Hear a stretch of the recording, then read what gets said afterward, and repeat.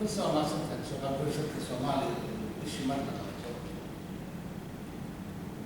الصومالي استبدل كذا استبدل دولة كذا وكبر دري وهي هو الصورة اللي واحد يسوع سلام على horta hore dawladdan cusub markay dhalatay dad badan farxay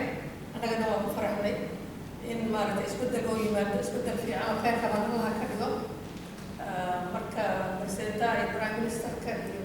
dawladda hadda la dhisay yani waxay la tahay inay fiicnaan doonto laakiin hadda waaba bilowga marka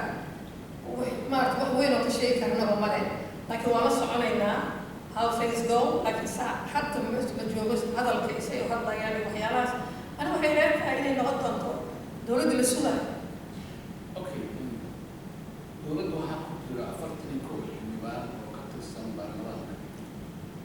بس لا شغلة الله حبونا تذكر لنا وانا وممكن كان شغلة أنا كمان. إنت في مشاركة تزور. تاس واحد تكليه عن سبيه هذا ماشى وقع وخدمته. أديكو حدبانا وزيرنا. aniga ilama aha inay warkaas ugu fiican yahay marka waa in hal meel ay ku ekaadaan ama dawladda ka ahaadaan wasiir ama ka aadaan xildhibaan teeda kale dhalinyarada oo waddanka wax ku baratay oo jamaacadaha ka soo baxday in maaragtay shaqooyin loo abuuro oo wax laga siiyo shaqada ayaga ama xildhibaan ku fiican because meeshaas waa meesha kusoo koreen laakiin aniga uma jeeda in xildhibaanna la ahaado wasiirna la ahaado aniga taas waxay ila tahay waa khaldanta marka khaladka ugu weyn oo hadda aan uga jeedo dawladda cusub dawladdan prime minister ka iyo presidenta qaladka taas oo ila muuqdaa marka ay hawtaas inay ka bedelaan because laba shaqo ma la isku qaban karo adiga shukri baa lagu weydiinaya marka iyagu maanta uu ka hadlay shirka dhacdooyin si fiican ayuu u sheegay dunida waddanku inuu dawlad leeyahay oo sidii hore iska soo galay ka baxnaan oo oolaanka maadaama aad ogtihiin siyaasadda soomaaliya international community ay aad involved ugu yihiin arrintaas madaxweynuhu maanta uu yiri waddankan wixii ka baxay wixii soo galaya waa in dawladda soomaaliya ogaato sidaa arkaa ula fulin karaa labadii aniga waxay la tahay horta waa wax la sugaya sababta waxaa waaye hadalkiisa miisaan weyn buu leeyahay madaxweynaha sababta waxaa waaye haddii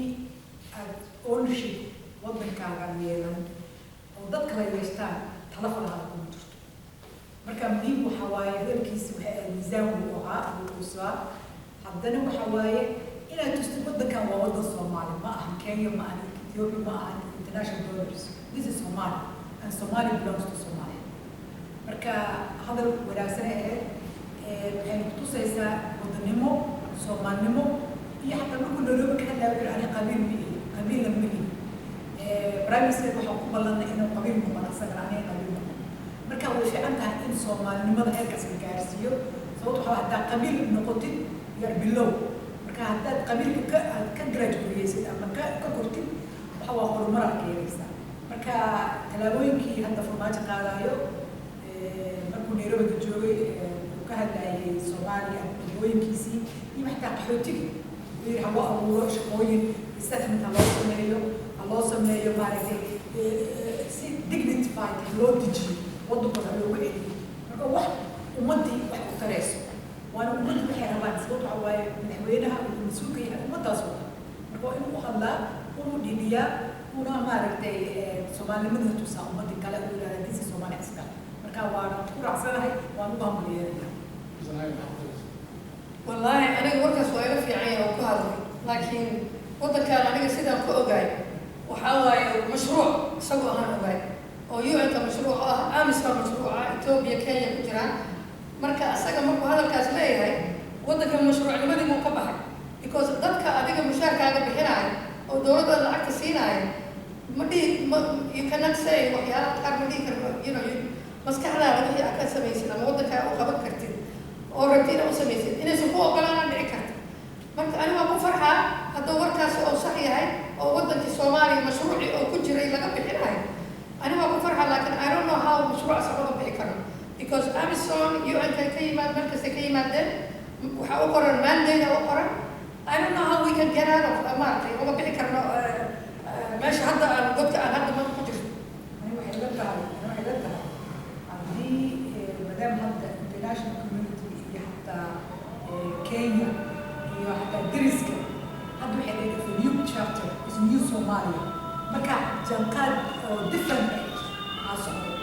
marka way arkeen in ninka shacbiyad ku yimid madaxweynaha ku yimid way arkeen Soomaaliya utaankeed wayna rabaa in Soomaaliya maanta stabilization keeyaan hataa waxay rabto waxa ka buuxo we want to stabilize Somalia marka Soomaaliya hadda waxaa waaye meesha ay joogtay way kasii saaqaanaysa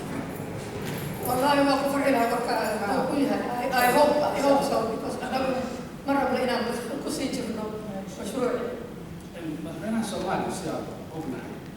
شعب المغرب من السنة أو من عشر دهان مثلاً الصومال يريدون يستوعبوا ذكر ممكن سياسة لا بيمشي يستبدل الوضع هنا أو ذكر الوضع هنا طبعاً الوطن كصومال البرنامج كده موجود إن برنامج هذا حالياً وواجب الصومال صار سيرة برنامج موجود لا يغيروا القوم حتى يغيروا بأنفسهم دي marka madaxweynaha iyo bari ministeerku aysan ku halaaday wixii khadrinay hadda diilaan waxay ka duwanaan karaan kuwa mas'uulku haddii ku adkaysan waayaan problemka Soomaaliya in la xalliyo waajib ay saaran mujtamaca iyaga madaxweynaha inay horseed ku noqdaan sidii wax loo xallin lahaa marka in ashkal yiraahdo sunnada tirista aan joogo shacabka kala oo dhan waxaan ka codsanayaa bal arrintaas inaad isku istaagtaan dowladdu sidii dowladdii hore inay iska aamustaan bas waa inay ku adkaysan jireen waxaani waa khalad dalkaygana dhan uma waa hortaas waa sax su-aal meesha taallo جزاك الله خير سؤال تقييم مدبر مركزي runtii dowladdani waa dowladda keliya ee shacabka niyadulista waa dowladda keliya ee u tilmaantay shacabka Soomaalida dhibka jira iyo meesha uu ka jiro iyo sidii loo xalin lahaa haddii qaar alaasiya uu ku su-aasha u keenay ay ka bixi waayaan balantii ay qaadeen waxay noqonaysaa ummadii inay niyadjibina ku dhaca inay niyadda ka jibiyaan marka waxaan rajaynaynaa ilaahay inuu la garab galo wax allaala wixii tabartooda inay qabtaan haddii qaban waayaan inay ummadda u soo noqdaan ay dhahaan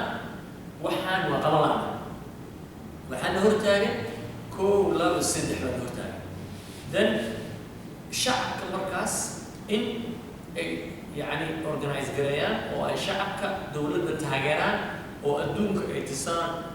shacabka iyo dowladda oo wada jira in arrintaas ay tahay arrin muqadas ah oo dowladda ay ku taageeraan markaas waxaan u malaynayaa adduun wax ku hor istaagi kara malaha haddii dowladda iyo shacabka ay wada socotaan laakiin dhibka jira wuxuu yahay haddii dowladdii ay soo gasho heshiisyo aan baarlamaanka ogeyn oo oil company wax soo seexato oo yani laga arko dowladdii isdabamaris sidii kuwii hore soo sheegaysa laga arko then shacabkii hadhow intay u yimaadaan noo soo baxda oran karaan sababta dowladdii idaa maxaa laga iska daba ka wareeg lagu arko soo ma balanka ay qaadan ma fulin balanta ay qaadaneen fulin marka dowladdu waxaan ilaahay uga baryaynaa warjeynina sidii ay balanta u qaadaan inay u socdaan si ummadaas ay uga gudbiyaan dhibka taagan hanoo soo noqdaan noo sheega waxaan qabo weyn arrintaan waxaan qabo weyn waxaan hortaagan waxaan then shacabkii markaas dowladda inuu support gareeyo ayuu ku dadaalayaan marka waxaan rajaynaynaa inuu ilaahay u fududeeyo annagana oo ilaahay naga siiyo khayr iyo wanaag ajirkaas iyo maaragtay hawshaas aan qabanay kala shirka waxaan rabaa anigu waxaan rabaa xoogaa abaaraha ka hadlo dadkii meesha ku baaqo ahaayeen marka abaarahaana ay hope maaragtay in Soomaali haddaan nahay aan wax isku darsanno oo maaragtay aan dadkanaga aan caawino haddaan ka sugno UN iyo meelahaas aan ka sugno I don't think inay maaragtay ay soconayaan marka hadda waxaan umaleynaa kasta yar ay heleen oo hadda dadka lagu camal inay Soomaali dhexdeed ka timi warkaas waa war fiican dowladdan waxaan leeyahay haddii oo maaragtay mashruucii oo sii socdo oo aad baqatiin oo hadalladiini leedihiin ama haddi kartiin aamus inaad noo sheegtiin sida oo walaalkayga sheegay markaas Soomaalida dibadda jirta iyo kuwa gudaha joogaba waxaan dhihi karnaa war international community-giina ma rabno wixiinana ma rabne annaga markaas aan aabili karno dowladda dadka dibadda jooga family kastaba waxbay diri karaan dowladdanada annaga aabileen waddankanaga annaga dhisanayna haddii aad ka bixi weysin webska hadda ku jirtiin aad ka bixi weysin نويديست أنا ودك الصومالي ديار بيوتها dadka dibadda jooga kuwadaa jooga waddankooda inay xoreeyaan diyaar u nahay annaga isla saddexda badan shacbiga Soomaalidu diyaar u yahay in dowladda hesho aniga iskaga horta waddan ummad lahayn oo u dhiiriso waddan ma aha marka waddanka wuxuu waddanku yahay marka ummad haysto marka ummadda waxay u baahan tahay inay dowladdeedii daba istaagtaa because hadday dowlad jirina ummaddiina ma jirto waddankiina ma jiro marka wax isku baahan waa laba waxaa shay oo isku baahan dowladdii iyo dadka isku baahan marka waxaa loo baahan yahay inay gacanta iskabsadaan dudulaalka madooga iska dhaafaan inay midnimo tusaan dadka dibadda laga arko gudaha laga arko at the same time inay muujiyaan wadannimo because haddaa waddani ahayn ummad dadka uma naxaysid dadka la u shaqaynaysaa marka dadka loo shaqeeyo oo foreign maaragtay oo loo yahay shaqaale oo ajnabi oo ama sirta hala qaybiyo ama sir hala soo aruuriyo dadkaas waa inay ka kaftoomaan sheekadaas ay waddankii daacad u noqdaan ummaddooda daacad u noqdaan markaasaa waddankaas istaagi karaa waa runta waaye aniga hadda waxay la tahay boqolkiiba 99 dadka Soomaaliyeed maanta dowladda ma aaminsan yihiin laakiin aaminka ay aaminsan yihiin intuu sii socon karaa waa wixii dowladda laga arko waa dowladda haddii laga arko wax furan oo maaragtay transparent ah wala aaminaad waa sii soconaysaa wax alla waxay rabaanna dadku waa ku taageerayaan laakiin haddii musika laga arko Soomaaliya u sheegay dhibaata ka imaanaysa sidii kuwii hore waxaan kaloo ku dari lahaa dadka Soomaaliyeed ee dibadaha ku nool isli iyagaa dhisay Minnesota Soomaaliya dhistay Soomaalida kana joogto wax badan ay qabtay kuwa Ohio joogtay meeshay degan waa dhisay dadka Soomaaliyeed meel walba ay tagaan waa dad very well organized lacagta ka baxda dibadaha ee Soomaaliya gasho waxay ka badan tahay lacagta dowladda Mareykanka ay siiso Soomaaliya sida uu socday horta Washington Post ayaa waxaan ka akhriyay after September 11 lacagaha ka baxa Mareykanka iyo qurbaha ee Soomaaliya galo in ay ka badan tahay dowladda Mareykanka ee Soomaaliya siiso marka annagii baa waxaan ka fiicannahay oo ka lacag doonahay lacagta aan gelino waddankan just waa hal account waliba oo Washington Post lagu soo waa account xawlaada kaliya ma aha lacagaha business Soomaaliya loo geliyay ee ka galo dabiic iyo qarbaha kale carabaha ka galo ma xawlaadayaasha wastiga ayaa kaliya marka imagine haddii prime minister iyo madaxweynaha ayna dhahaan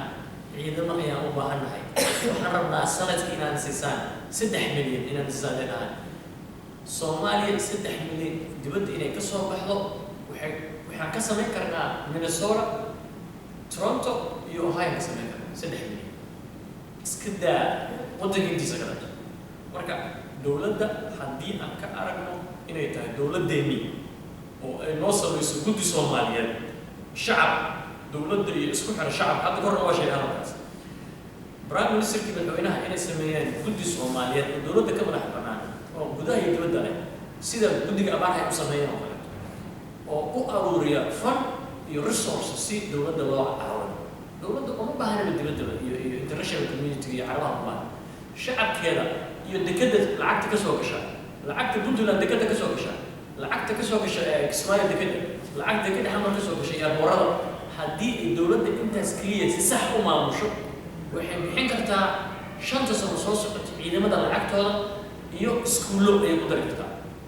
abaaraha iyo beeraha waddankan waa barwaaqaysan yahay waxaana loo baahan yahay haween uma baahna marka laakiin waxaan haysataa dowlad la'aan daacadnimo ma jirto dowladda laga arko dowladda daacadnimo dan shacabku waa daacad mahadsantiin waqtigoo naga dhamaada darteed waa inoo bisha dambe Soomaalida naga maqan waxaan kula dardaarmaynaa walaalayaal fikradiina kaale loo qaybsado intaas baan waddanku qaban karnaa inaan la xasdin inaan fikrad iyo taladi intaa kaliya qabiyo kale waa bisha hal mar la doonaysaan waxaa doontaan ka taageero waa ma sameeyay kasoo qaybgashay tig maanta ilaa soo dhawaa markaas oo filan tahay هذا اللي بسنتي وإرادة التمان كذنب بشر ذنب إلهي بس. بكرة الله